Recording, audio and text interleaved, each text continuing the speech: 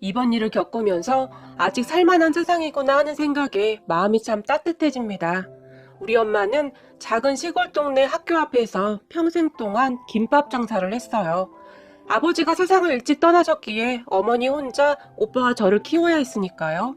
하지만 그 작은 시골 동네 학교 앞에서 김밥 장사를 한다고 해서 큰 돈을 버는 것도 아니었고, 거기다 우리 엄마가 마음이 참 약하신 분이라 아이들에게 김밥을 그냥 챙겨 먹이는 일도 많다 보니 오히려 손해나 나지 않을까 하는 생각마저 들었어요. 그런 엄마에게 엄마, 돈을 받고 팔아야지. 그렇게 다 퍼주기만 하면 무슨 돈이 남겠어? 제가 핀잔을 주기도 했지만 밖에서 빤히 바라만 보는데 어떻게 그냥 보내.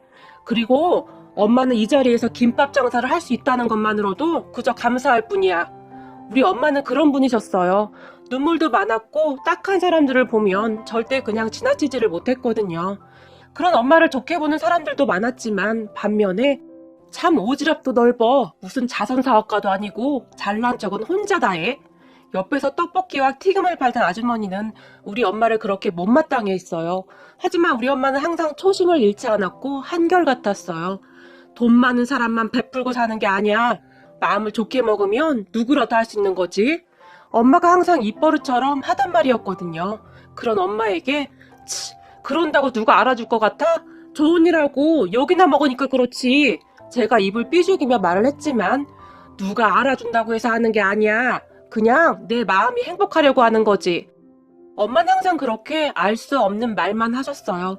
그런 엄마를 오빠와 저는 이해할 수 없었지만 우리가 말린다고 들을 뿐도 아니었고 조금 답답할 뿐이었어요. 그러던 어느 날 오빠가 취업을 하게 되었는데 그냥 공부를 더 하지 그러냐? 엄마는 네가 공부를 더 했으면 좋겠는데. 엄마가 속상한 듯이 말을 했지만 엄마, 저는 공부가 체질에 안 맞아요. 대학은 제가 싫어서 안 가는 거예요. 공부 잘하는 진이나 대학 보내세요. 오빠가 그런 엄마를 위로했지만 엄마는 굉장히 아쉬워했어요. 집안 형편이 넉넉지 않아서 그렇다는 생각을 많이 했거든요. 오빠는 그렇게 취업을 해서 도시로 올라갔고 오빠가 취업을 한 뒤로 우리 집 형편은 조금 더 나아졌는데요. 성실했던 오빠는 열심히 일해서 번 돈을 거의 다 집으로 보내왔거든요. 덕분에 저는 편하게 공부를 하게 되었고요. 그렇게 대학에 가던 어느 날 엄마가 너 대학 다닌다고 네 오빠 무시하면 안 된다. 알겠냐? 다 네 오빠 덕에 대학도 다니는 거니까 명심해 라고 말을 하기도 했어요. 엄마는 항상 오빠한테 마음의 빚이 있는 것 같았어요. 그렇게 저까지 대학을 가고 난 후 엄마는 홀로 지내셨는데 잠시도 쉬지 않고 김밥을 만들었어요. 그만하시라고 해도 좋아서 하는 일이라고 말이죠. 오빠도 취업한 곳에서 인정을 받으면서 잘 되고 있었고 저도 대학을 졸업하고 취업을 해서 집은 더 안정이 되었어요. 그리고 엄마는 그쯤에서 본격적으로 봉사활동을 시작을 하셨는데 김밥을 만들어서 여러 곳으로 봉사활동을 다니셨어요. 김밥은 엄마가 가장 잘 만들 수 있는 최고의 음식이었으니까요. 그런 엄마를 말려봐야 아무 소용도 없었고 나중에는 우리도 엄마와 함께 봉사활동을 다니기도 했어요. 엄마는 봉사활동을 할 때 가장 행복해 보였거든요. 그렇게 우리 집은 한동안 평화로웠어요. 하지만 세상이 얼마나 불공평하던지 회사를 잘 다니던 오빠가 회사 공장에서 사고가 났다는데 정말 심각하다고 했어요. 연락을 받고 엄마와 제가 급히 택시를 타고 오빠가 사는 곳으로 올라갔는데 오빠는 중환자실에 누워 있었어요. 우리가 도착한 후 곧 수술을 하게 되었고 수술을 마치고 나온 의사가 엄마에게 말을 하기를 우선 위험한 고비는 넘겼으니 지켜봐야 할 것 같습니다. 너무 걱정하지 마시고 며칠 지켜보시죠. 라고 말을 했는데 엄마가 그 순간 털썩하고 땅바닥에 주저앉아 버렸어요. 그런 엄마를 의사가 급히 잡아주셨는데 어머님 괜찮으세요? 의사가 걱정스레 엄마에게 물었어요. 그 사이 엄마의 눈에서는 눈물이 비 오듯이 쏟아져 내렸고 부모 잘못 만나서 평생 고생만 하다가 이게 웬 날벼락이니 그래. 엄마가 가슴을 치며 울었어요. 그리고 그런 엄마를 빤히 바라보던 의사가 갑자기 혹시 땡땡리에서 오시지 않았나요? 라고 물었어요. 의사의 말에 네 맞아요. 그런데 어떻게 아시죠? 옆에 있던 제가 대신 대답을 했어요. 그 순간 그냥 제 느낌이었을까요? 왠지 모르게 의사의 눈가가 쪽쪽이 젖어 있다는 느낌을 받았어요. 저도 그 동네에서 살았어요. 거기서 나고 자랐어요. 의사가 반갑다는 듯이 말을 했고 아 정말요? 이런 우연이 다 있네요. 제가 그저 건성으로 말을 했는데 김밥집 사장님이시죠? 의사가 다시 물었어요. 아니 그걸 어떻게 아세요? 제가 다시 놀라서 물었지만 의사는 얼굴에 미소만 지을 뿐 우리 엄마를 뚫어지를 바라보다가 갑자기 엄마의 손을 꼭 잡았는데 괜찮을 겁니다. 그러니까 힘내셔야죠. 제가 의사 아닙니까? 아드님 반드시 살려낼게요. 라는 말을 했어요. 그런 의사의 말에 눈물을 흘리던 엄마마저도 놀라서 눈만 깜빡였는데요. 그때까지 우리가 알던 의사는 무뚝뚝하고 무서운 사람이라고만 생각하고 있었는데 이런 의사도 있구나 그런 생각마저 들었으니까요. 그런데 참 신기하더라고요. 우리 엄마가 김밥집을 하는 것까지 알고 있고 말이죠. 하지만 그때 당시에는 그 의사를 신경 쓸 겨를이 없어서 우리는 그 일을 까마득히 잊고 있었어요. 오빠는 다행히 수술도 잘 되었고 빠르게 회복되어 가고 있었어요. 엄마가 옆에서 한시도 떨어지지 않고 병간호를 했고요. 엄마는 오빠가 눈만 떠도 감사합니다, 감사합니다 라는 말만 되풀이했어요. 오빠 행동 하나하나에 눈물을 흘리며 그저 감사합니다를 외쳤어요. 의사 말로는 많이 심각했는데 생각보다 차도가 빠른 것 같다며 아마도 어머님 인품이 좋으셔서 하늘이 도운 모양입니다. 우리 엄마를 보며 의사가 말을 하기도 했어요. 그 말에 우리 엄마가 감사합니다, 감사합니다 라며 의사 손을 꼭 붙잡았고 말이죠. 그렇게 우리 오빠는 정말 많이 좋아져 가고 있었고 재활치료도 시작하면서 빠른 회복을 해나가고 있었어요. 그런데 딱히 들어놓은 보험도 없었고 사고 후 수술을 몇 번씩이나 한지라 돈을 걱정하지 않을 수가 없었는데요. 어느 날 엄마가 가게라도 내놔야겠다 라는 말을 했어요. 엄마 그거 내놔봐야 얼마 되지도 않을걸 워낙 시골이라. 제가 어림도 없다는 표정으로 말을 했고 그래도 할 건 다 해봐야지. 네 오빠가 그동안 보내온 돈 모아둔 것도 있고. 그런 엄마의 얼굴에는 근심이 가득했어요. 그런 엄마를 보며 엄마 걱정 마. 우리 회사 일해봐도 꽤 좋은 회사거든. 내가 대출이라도 알아볼게. 그러니까 엄마는 아무 걱정하지 마. 그리고 오빠 앞에서 절대 돈 얘기 꺼내지도 말고. 알았지? 오빠 성격에 괜히 걱정한다. 그러니까 조심해. 제가 엄마를 위로하며 당부했어요. 그리고 저는 대출을 알아보러 다녔어요. 제가 모아놓은 돈과 대출을 받으면 얼추 될 것 같더라고요. 오빠네 회사가 워낙 영세하다 보니 제대로 된 보상도 받을 수가 없었고 발뺌하기 바빴어요. 현장에 CCTV가 있었던 것도 아니어서 제대로 확인할 필요도 없었고요. 그렇게 병원비를 마련했다는 소식에 네가 고생이 많다. 엄마가 면목이 없다. 내려가면 김밥집 팔아서라도 보태마. 엄마가 미안한 듯이 말을 했지만 엄마 김밥집 없으면 무슨 재미로 살게.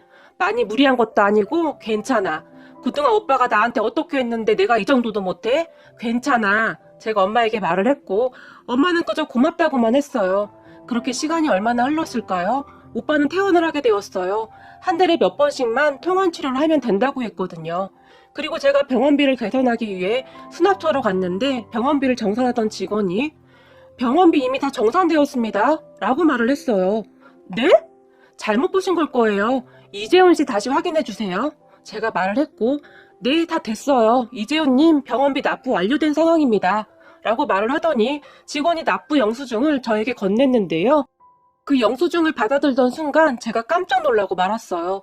영수증 맨 밑 합계금액 옆에는 한 7년 동안 먹은 김밥값 빼기 병원비는 빵원으로 기재되어 있었는데 누군가 또박또박 볼펜으로 메모를 해놨더라고요.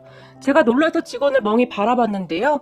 저는 김지현 선생님이 그렇게 하라고 하셔서 그냥 그렇게 한 거예요. 병원비 계산은 선생님이 이미 다 하셨어요. 직원은 자기는 아무것도 모른다는 표정으로 말을 했고 저 그럼 김지현 선생님은 어디로 가면 만날 수 있나요?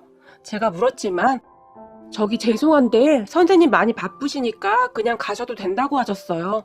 선생님이 조만간에 김밥 먹으러 가신다고 하시던데 직원은 시키는 대로 말을 하는 것 같았는데 무슨 의미인지 나는 몰라요 라는 표정으로 저를 바라봤어요.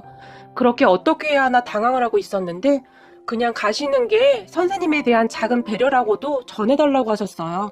직원이 마지막으로 말을 했어요. 그리고 저는 무엇에 홀리기라도 한 듯한 표정으로 오빠 병실로 올라와서 멍에 앉아 있었는데 너 무슨 일 있어? 퇴원 수속은 한 거야? 엄마가 걱정스레 물었어요. 다 했어. 이제 퇴원하기만 하면 돼. 제가 엄마를 보며 말을 했고 그런 대화를 듣던 오빠가 병원비 많이 나왔지. 괜히 나 때문에 네가 고생이 많다. 오빠가 면목이 없다. 라며 고개를 푹 숙였어요. 그게 무슨 소리야. 괜찮아. 그리고 얼마 나오지도 않았고 오빠 동생 능력 있는 사람인 거 알잖아. 이렇게 잘난 동생 두고 뭔 걱정이야? 제가 큰 소리를 쳤어요. 그렇게 우리는 짐을 싸서 퇴원을 했고 내려오느라 피곤했던지 집에 도착하자마자 오빠는 잠이 들었어요. 그리고 잠시 후 제가 엄마에게 병원에서 받은 진료비 영수증을 보여주며 엄마, 사실 오늘 병원비 하나도 안 냈어. 제가 입을 열었어요. 뭐? 병원비를 안 내다니 그게 무슨 말이야? 그래서 말인데 엄마 혹시 의사 중에 김지환 선생님이라고 알아? 김지환? 그게 누군데? 엄마가 아는 의사가 어딨어? 그렇게 나도 이상해서 말이야. 근데 그분이 오빠 병원비를 다 내줬어. 여기 봐봐. 7년 동안 먹은 김밥값으로 지불이 완료되었다는데 이게 무슨 말이야? 혹시 기억나는 거 없어? 제가 다시 엄마에게 물었어요. 그 말을 듣던 엄마가 뭐? 김밥값? 그게 무슨 소리야? 말을 했는데 전혀 모르는 눈치였어요. 그때 오빠 수술하던 날 엄마를 알아본 의사 선생님 있었잖아. 기억나? 아니, 그때 경황이 없어서 잘 기억이 안 나는데? 혹시 그 선생님인가? 나도 그때 경황이 없어서 이름도 자세히 못 봤는데 그때 그 선생님 이름이 김지환이라고 했던 것 같기도 하고 혹시 엄마 아는 얼굴 아니었어? 제가 엄마에게 물었어요. 글쎄, 전혀 기억이 안 나는데? 그렇게 엄마는 무엇인가를 기억해내려고 애쓰는 모습이었는데 딱히 기억이 안 나는지 고개를 갸우뚱할 뿐이었어요. 그리고 우리는 일상으로 돌아갔고 가끔 엄마와 둘이 있을 때면 엄마가 그 의사 선생님이 누굴까? 내가 한번 찾아가 볼까? 말을 하기도 했지만 그때 그 수납처 직원 말로는 찾아오지 말라고 했다고 신신당부를 했다고 하더라고. 제가 엄마를 말리며 말을 했어요. 그렇게 한두 달 정도가 지났을까요? 깔끔하게 차려입은 남자 한 분이 엄마 김밥집으로 들어왔다고 하는데요. 그분은 엄마에게 김밥과 라면을 시키고는 맛있게 먹더니 사장님 김밥 맛은 변함이 없어요. 그래서 제가 간혹 왔었는데 기억 안 나시죠? 엄마에게 물었다고 해요. 그 순간 엄마는 혹시 그 병원에서 봤던? 이라며 말을 잊지 못했고 네 맞습니다. 이제서야 저를 기억하시는 건가요? 그분이 환하게 웃었다고 해요. 엄마도 그분의 손을 덥석 잡으며 감사합니다, 감사합니다 라는 말만 반복했다는데요. 그런 엄마를 보며 제가 옛날부터 사장님 김밥 먹고 컸는데 혹시 그때의 저는 기억이 안 날까요? 하긴 사장님이 김밥 먹여 키운 아이들이 한둘이 아니었으니까요. 라고 말을 하던 그분의 눈가에는 이슬이 맺혀 있었고 미안합니다. 나이가 들어서 그런지 기억이 잘 안 나네요. 엄마도 눈물을 글썽인 채 말을 했다는데요. 제가 초등학교 때인가 김밥 한 줄 시켜놓고 김밥을 먹는데 사장님이 라면도 끓여주셨어요. 그리고 갈 때마다 김밥을 한 줄씩 더 주시기도 했고요. 제가 돈이 없다고 했지만 괜찮아. 이거 오늘 지나면 어차피 팔지도 못해. 그러니 너도 좋고 나도 좋은 거 아니겠냐? 라며 사장님이 활짝 웃어주시는데 그런 사장님의 말 한마디가 그렇게 따뜻할 수가 없었어요. 눈칫밥 먹고 자란 제가 왜 몰랐겠습니까? 사장님이 거짓말을 하고 있다는 것을요. 하지만 저는 그냥 먹었습니다. 그런 것을 생각할 틈이 없었거든요. 그분이 엄마에게 말을 했다고 하는데 그런데 그때 병원에서 어떻게 저를 한눈에 알아보신 거예요? 우리 딸한테 들었더니 저를 한눈에 알아보셨다고 하던데 엄마가 물었다는데 사장님 손가락에 옥반지요 라고 말을 하면서 엄마 손가락을 가리키며 이 김밥집에 오면 사장님이 항상 제 등을 두드려 주거나 제 머리를 쓰다듬어 주시며 공부 열심히 해서 훌륭한 사람 되거라 라고 말을 해주셨어요. 그런 사장님의 손가락에는 항상 그 옥반지가 끼어 있었고 말이죠. 그 옥반지를 항상 소중히 끼고 있었던 것이 인상적이었어요. 그런데 그날 병원에서 그 옥반지가 제 눈에 들어왔고요. 순간 어디서 본 적이 있었던 것 같은데 곧 생각이 났죠. 김밥집이라고요. 그분은 말을 하는 내내 엄마의 옥반지를 바라보고 있었다고 하는데요. 엄마가 그분의 말에 눈물을 닦으며 그랬군요. 맞아요. 항상 이 옷반지를 끼고 다녔었죠. 아주 오래전에 우리 남편이 처음이자 마지막으로 사준 반지예요. 값이 나가는 반지는 아니었는데 그 어렵던 시절 남편이 이 반지를 저에게 주면서 그렇게 쑥스러워 했었거든요. 그런 남편을 잊지 않으려고 끼고 다니고 있었어요. 이 반지는 100만금을 준다고 해도 못 바꾸는 그런 반지예요. 엄마가 조용히 말을 했다고 합니다. 그래 보였어요. 그래서 아마도 제 기억에 더 오랫동안 남아있었던 것이 아니었나 싶네요. 사장님 말씀을 들어보니 돌아가신 남편분이 도와주시고 있나 봅니다. 제가 그 반지를 정확히 기억하고 있었던 걸 보면 말이죠. 그분이 엄마의 반지를 다시 보며 활짝 웃었는데 그래도 이렇게나 큰 도움을 받아서 저희가 어째요? 김밥 그거 해봐야 얼마나 된다고.